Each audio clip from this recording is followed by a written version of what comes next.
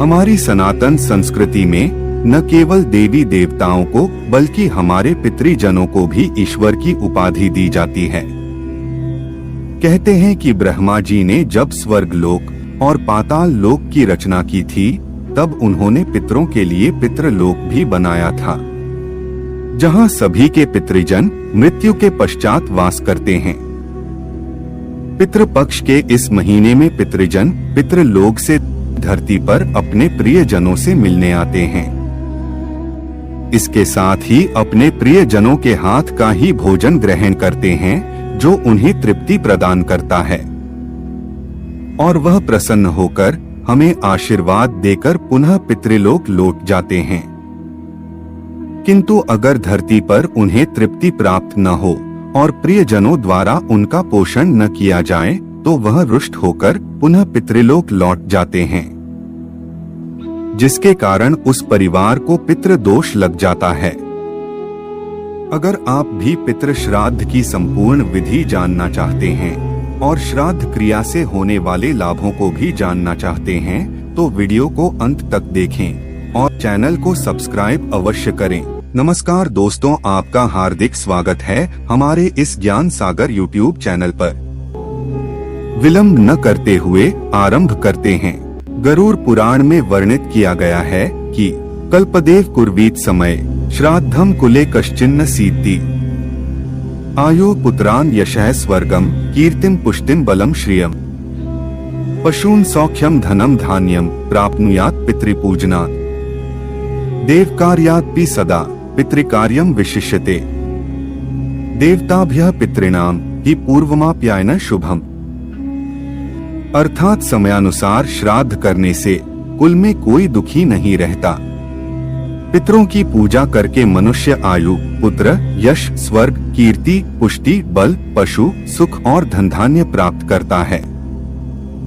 देवकार्य से भी पितृकार्य का विशेष महत्व है। देवताओं से पहले पितरों को प्रसन्न करना अधिक कल्याणकारी है। श्राद्ध शब्द श्रद्धा से बना है, जो श्राद्ध का प्रथम अनिवार्य तत्व है, अर्थात पितरों के प्रति श्रद्धा तो होनी ही चाहिए। आश्विन कृष्ण पक्ष की प्रतिपदा तिथि से अमावस्या तक का समय श्राद्ध या महालय पक्ष कहलाता है। इस अवधि के 16 दिन पितरों अर्थात श्राद्ध कर्म के लिए विशेष रूप से निर्धारित किए गए हैं। यही अवधि पितृपक्ष के नाम से जानी जाती है। श्राद्ध क्रिया के लिए सर्वप्रथम एक दिन पूर्व ब्राह्मण को निमंत्रित करना चाहिए। निमंत्रित ब्राह्मणों को उस दिन संयम रखना चाहिए। श्राद्ध दिवस के पूर्वाहन काल में उपस्थित उन ब्राह्मणों को आचमन कराकर आसनों पर बैठा दें। विश्वेदेव अथवा आभ्युदयिक श्राद्ध के लिए 2 ब्राह्मण तथा पितृपात्र के स्थान पर यथाशक्ति ब्राह्मण को बैठाना चाहिए, अथवा इनमें 2 ब्राह्मणों को विश्वेदेव पात्र के आसन पर पूर्वाभिमुख तथा 3 ब्राह्मणों को पितृपात्र के आसन पर उत्तराभिमुख करके आसन पर बैठाना चाहिए। इसके बाद ब्राह्मणों को हाथ धोने के लिए जल और आसन के लिए कुश प्रदान कर उन्हीं की आज्ञा से विश्वेदेव का आवाहन करके भोजन पात्र में जौ छिड़क कर दें। तदंतर पवित्र पूजा पात्र में जल तथा जौ डालकर ब्राह्मण के हाथ में पूजा सामग्री जैसे गंध, दीपक, माला, हार, आभूषण तथा वस्त्र आदि प्रदान करें। तत्पश्चात हृदय से पितरों का आवाहन करके उन्हें कुशा आसन प्रदान करें। उसके बाद पितृस्थान पर विराजमान ब्राह्मण की आज्ञा लेकर आयन्तु नः पितर इस मंत्र का जप करें। पितृकार्य में जौ के स्थान पर तिलों का प्रयोग करना चाहिए और तिल के साथ उन पितृगणों को पूजा सामग्री क्रिया अनुसार प्रदान करें। उन पूजा सामग्री को पितृपात्र में रखकर और कुश को भूमि पर रखकर उसके ऊपर पितृभ्यः स्थानमसि इस मंत्र के द्वारा उक्त पितृभाग की सामग्री भूमि पर उलटकर रख दें। उसके बाद घी मिलाकर अन्न को अग्नि में प्रदान करने के लिए श्राद्धकर्ता आचार्य से आज्ञा प्राप्त करे। जब आचार्य हाँ कर दें तो पितृयज्ञ के समान ही अग्नि में युक्त घी का हवन करके आहुति करके फिर शेष बचे हुए अन्न को समाहित मन से पितरों के भोजन पात्रों में रख दे। पितरों के भोजन पात्रों के रूप में चांदी के पात्रों का ही प्रयोग करना चाहिए। पृथ्वी ते पात्रम। फिर इस मंत्र से पात्र को अभिमंत्रित करें। फिर इदम विष्णु मंत्र का पाठ करें और ब्राह्मण के अंगूठे को पितरों के लिए अन्न को स्पर्श कराएं। सभी जन गायत्री एवं मधुवाता मंत्र का जप करके ब्राह्मणों से सुख पूर्वक भोजन करने का निवेदन करें और ब्राह्मण मौन होकर भोजन करें। श्राद्धकर्ता क्रोधादि से रहित होकर बड़े ही श्रद्धा भाव से उन ब्राह्मणों को बिना शीघ्रता किए उनका अभीष्ट अन्न उन्हें प्रदान करें। उसके बाद पुनः पहले के समान मधुवाता मंत्र का पाठ करें और शेष अन्न को लेकर उन ब्राह्मणों के द्वारा हम तृप्त हो गए, इस प्रकार कहने पर उन ब्राह्मणों की आज्ञा से श्राद्धकर्ता दक्षिणाभिमुख होकर तिल सहित उस शेष अन्न को ब्राह्मणों के पात्रों के समीप में ही भूमि पर जल के साथ रख दें और प्रत्येक ब्राह्मण को हाथ मुंह धोने के लिए अलग अलग जल प्रदान करें। उसके बाद ब्राह्मणों को आचमन कराएं। तदंतर ब्राह्मणों के स्वस्ति कहने पर श्राद्धकर्ता अक्षयमस्तु कहकर ब्राह्मणों के हाथ में जल प्रदान कर अपने सामर्थ्य के अनुसार दक्षिणा दें। फिर ब्राह्मण श्राद्धकर्ता को आज्ञा प्रदान करें। उनकी आज्ञा प्राप्त कर श्राद्धकर्ता पितृजनों के लिए स्वधा इस वाक्य का प्रयोग करे। पुनः उन ब्राह्मणों के द्वारा स्वधा कह देने के पश्चात श्राद्धकर्ता पृथ्वी पर जल छिड़क दें।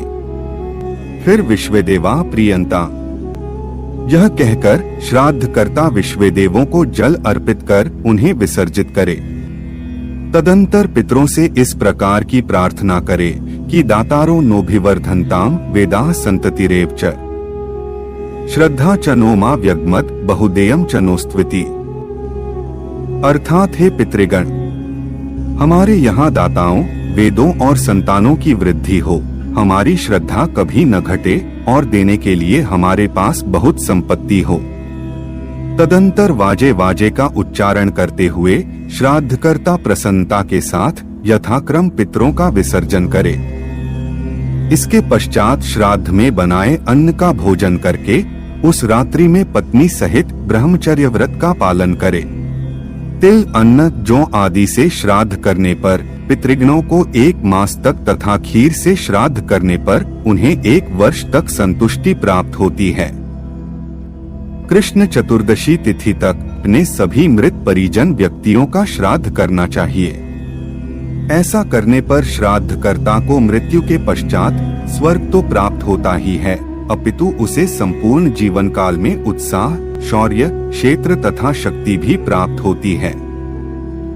जो विधिवत अपने पितृजनों के लिए श्राद्ध करता है वह पुत्र, सर्वजन श्रेष्ठता, सौभाग्य, समृद्धि, प्रमुखता, मांगलिक दक्षता, अभीष्ट कामना पूर्ति, वाणिज्य में लाभ, निरोगता, यश, शोकरहित, परम गति, धन, विद्या, वाक्सिद्धि, पात्र, गौ और दीर्घायु प्राप्त कर अंतकाल में मोक्ष लाभ प्राप्त करता है।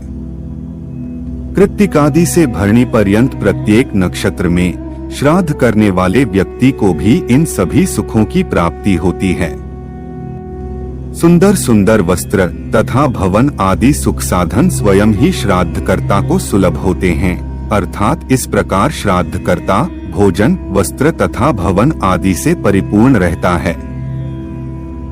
पिता पितामहादि पितृ संतुष्ट होकर श्राद्धकर्ता को नित्य आयु, संतति, धन, विद्या, राज्य, सभी प्रकार के सुख, स्वर्ग और मोक्ष प्रदान करते हैं।